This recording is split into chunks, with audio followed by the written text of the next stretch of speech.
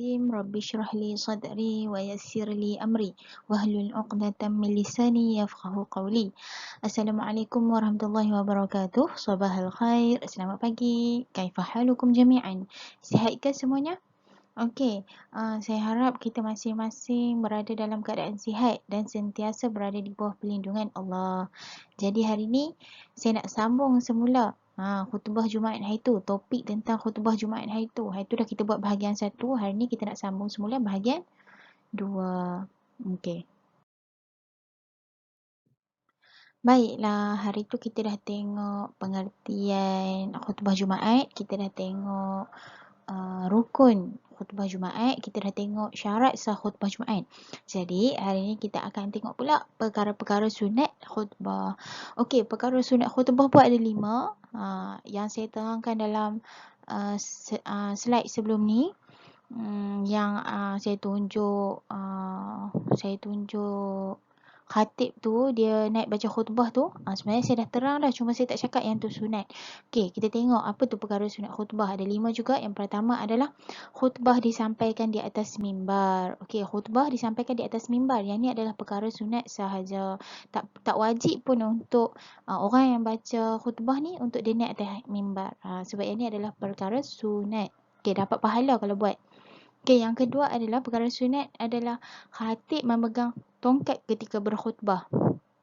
Okey, waktu orang yang tengah berkhutbah tu, khatib tu, dia baca khutbah tu, dia pegang tongkat. Yang tu sunat sahaja.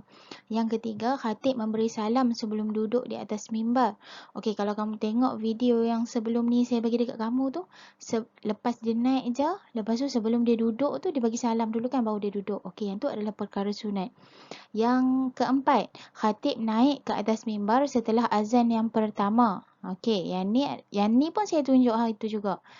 Lepas muazzin tu ataupun tukang azan tu dia azan, lepas tu khatib naik. Okey. Yang kelima adalah khatib berkhutbah dengan suara yang nyaring. Yang ni adalah sunat untuk khatib tu, untuk orang yang baca khutbah tu, dia baca khutbah dengan suara yang nyaring ataupun suara yang kuat.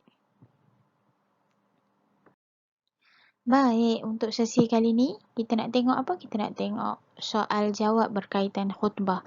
Okey, saya ada bagi peluang, saya ada buka ruang untuk kamu bertanya soalan tentang khutbah Jumaat hari tu. Jadi inilah kita tengok satu-satu.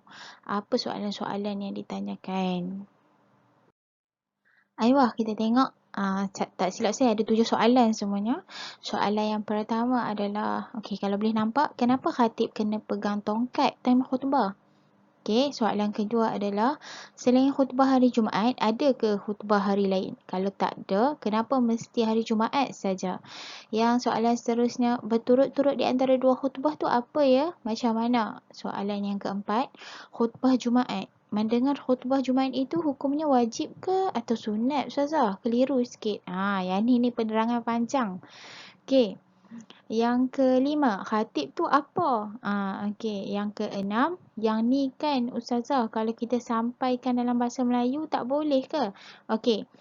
Soalan ni adalah merujuk pada soalan rukun. Yang kena baca dalam bahasa Arab tu kan?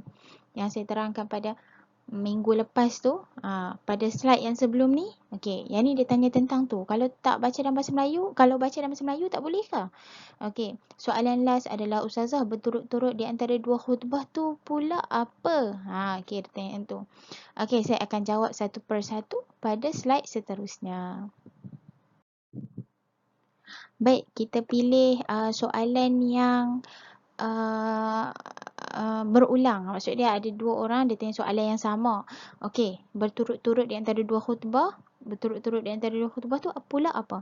Okey, berturut-turut di antara 2 khutbah tu apa? Kalau kamu tengok slide yang sebelum ni, saya ada cakap video sebelum ni saya ada bagi kat kamu tu, saya ada cakap berturut-turut di antara 2 khutbah ni maksud dia kan ada 2 khutbah Jumaat. Okey, dalam 2 khutbah Jumaat tu, pertama bila khatib dah habis baca yang pertama tu, lepas tu khatib duduk sekejap kan. Waktu khatib duduk sekejap, lepas tu khatib bangun semula. Tu maksud dia berturut-turut, tak boleh diselangi dengan benda lain. Maksud dia tak bolehlah habis khutbah pertama tu, lepas tu solat, lepas tu khutbah kedua. Bukan. Berturut-turut ni maksud dia, khutbah pertama dengan khutbah kedua tu hanya diselangi dengan khatib tu duduk sekejap atas kerusi. Baik, untuk soalan kedua, saya pilih soalan yang senang sikit. Khatib tu apa? Khatib tu apa ya? Khatib tu adalah orang yang baca khutbah. Dinamakan khatib. Okey, jelas kan?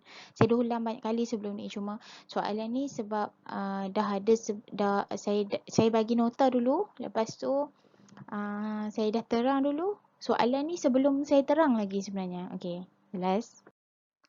Baik, soalan yang seterusnya. Kenapa khatib kena pegang tongkat time khutbah? Okey. Kenapa?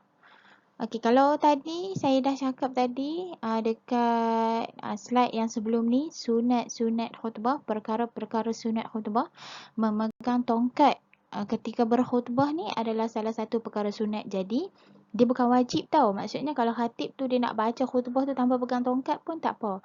Tapi kenapa nampak orang pegang tongkat? Sebab Nabi pun dulu ada hadis, Nabi pun kalau dia berkhutbah, dia khutbah Jumaat, dia akan bersandar pada tongkat. Bukanlah bersandar, maksudnya dia akan pegang tongkat. Okey, ataupun pedang, macam tu. Kenapa kena pegang? Sebabnya untuk mengelakkan daripada tangan tu merawang. Nanti fokus kepada khutbah tu akan terjejas. Macam tu. Tu alasan dia kenapa kena pegang tongkat. Sebab tak mau penyampaian khutbah tu terjejas. Nanti tangan tu bergerak-gerak macam pidato. Macam tu. Jadi pegang tu untuk fokus. Jelas kan? Baik, bismillah, soalan seterusnya. Rukun khutbah tu boleh tak boleh ke kalau kita sampaikan dalam bahasa Melayu? Soalan dia macam tu. Okey, jawapannya adalah rukun khutbah ataupun 5 rukun khutbah tu, selawat pada Nabi, memuji Allah, mendoakan orang Islam, 5 rukun tu termasuk dalam syarat sah khutbah Jumaat. Jadi syarat sah khutbah Jumaat, rukun-rukun ni wajib dibaca dalam bahasa Arab. Jadi jawapannya tak boleh.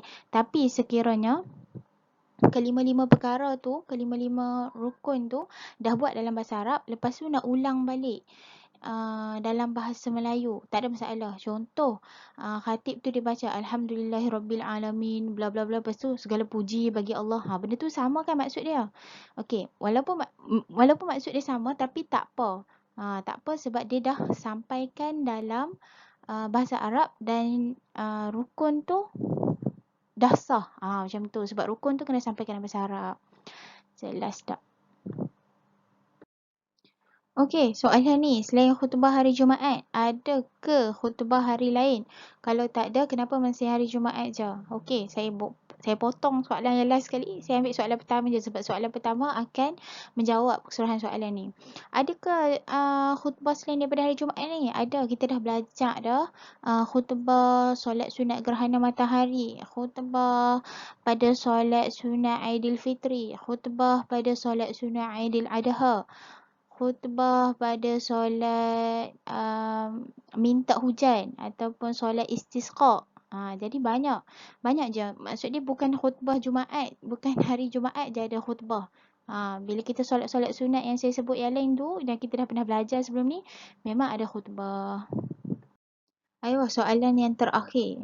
Saya ambil soalan ni sebagai soalan yang terakhir sebab soalan ni penerangan dia panjang. Dan soalan ni kena terang panjang lah. Soalan ni susah sikit nak jawab. Okey. Soalan dia adalah mendengar khutbah Jumaat itu hukumnya wajib ke atau sunat? Keliru sikit. Okey, syarat sah solat Jumaat adalah bila kita dengar khutbah Jumaat. Bukan bila kita lah, bila lelaki lah. Kita pun kalau kita pergi solat Jumaat pun, perempuan kan boleh solat Jumaat. Kalau kita pergi solat Jumaat pun, kita kena dengar khutbah lah, barulah sah solat Jumaat tu. Okey. Jadi hukumnya wajib ke sunat?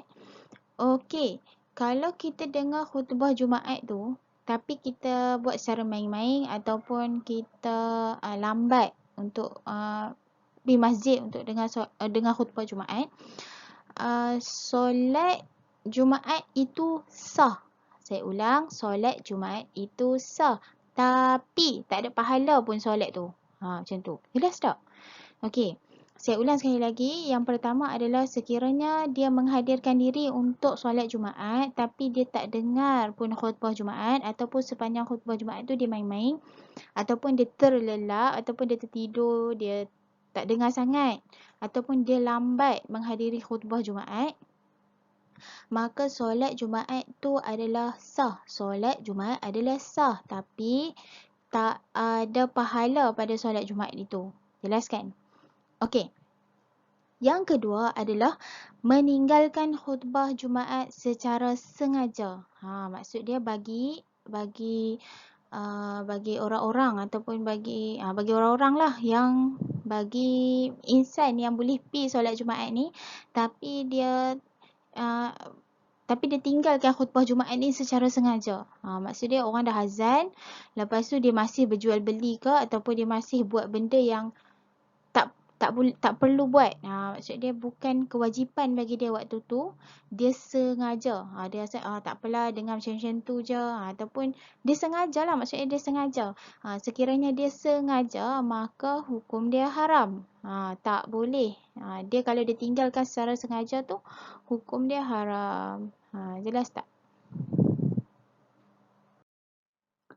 Baiklah, Alhamdulillah. Sekadar ini dulu perkongsian saya untuk kelas kali ni. Jadi kita dah habislah topik khutbah Jumaat ni. Kita dah tengok daripada awal, kita dah tengok pengertian dia, kita dah tengok rukun khutbahnya, kita dah tengok syarat sah khutbah, kita dah tengok perkara-perkara sunat tadi, dan saya pun dah jawab semua soalan-soalan yang kamu bagi. Okey, insya-Allah lepas ni kita beralih kepada topik seterusnya pula. Saya harap semua jelaslah dengan penerangan kali ni. Sekiranya ada soalan, boleh tanyakan lagi, boleh bertanya lagi, jangan risau. Jadi saya akhiri sesi hari ni, kelas hari ni. Barakallahu fikum. Assalamualaikum warahmatullahi wabarakatuh.